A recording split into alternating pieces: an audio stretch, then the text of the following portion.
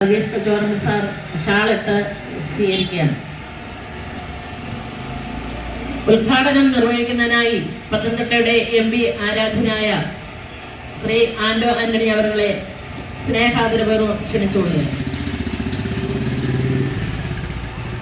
പ്രിയപ്പെട്ട panchayat president lily Babu,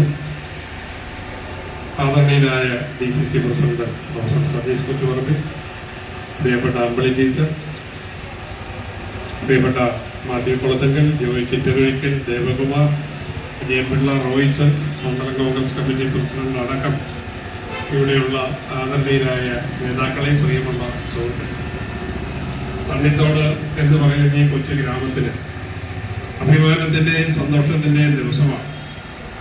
കാരണം ഏറ്റവും അധികം ജീവിത പ്രയാസം അനുഭവിക്കുന്ന, കഷ്ടപ്പെടുന്ന സാധാരണക്കാരുള്ളൊരു മേഖലയിൽ കഴിഞ്ഞ പൊതു തെരഞ്ഞെടുപ്പിന് മുമ്പ് രാഹുൽ ഗാന്ധി പ്രഖ്യാപിച്ചതാണ് പ്രിയദർശിനി ബസിന്റെ സർവീസ്. അതോടെ നമ്മുടെ നാട്ടിലെ പാവപ്പെട്ട സ്ത്രീകൾക്ക് സൗജന്യമായി ബസ്സുകളിൽ സഞ്ചരിക്കാനുള്ള അവസരമുണ്ട്.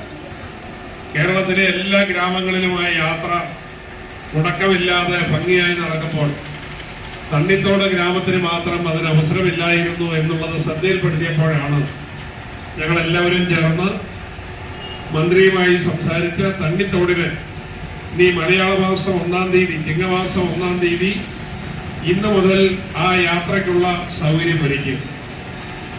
അത് ഒരു നല്ല കാര്യമായി പരിഗണിച്ചുകൊണ്ട് അതിനോട് എല്ലാവരും സഹകരിക്കണമെന്നാണ് ഞങ്ങൾക്ക് അഭ്യർത്ഥിക്കാനുള്ളത്.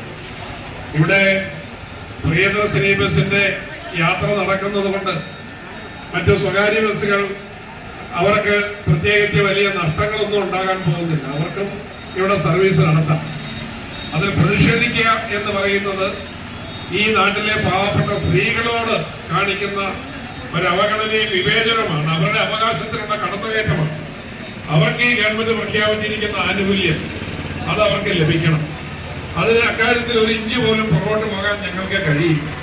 അതുകൊണ്ട് ഇന്നത്തെ ഈ വർഷത്തെ ഏറ്റവും മനോഹരമായ ദിനമാണ് ചിങ്ങമാസം 1-ാം തീയതി.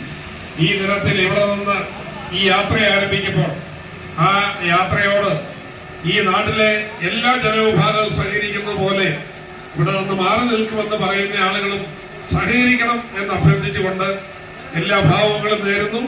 ഔപചാരികമായി ഈ യാത്രയുടെ ഉദ്ഘാടനം നിർവഹിച്ചതായി അറിയിക്കുന്നു. നന്ദി, നമസ്കാരം.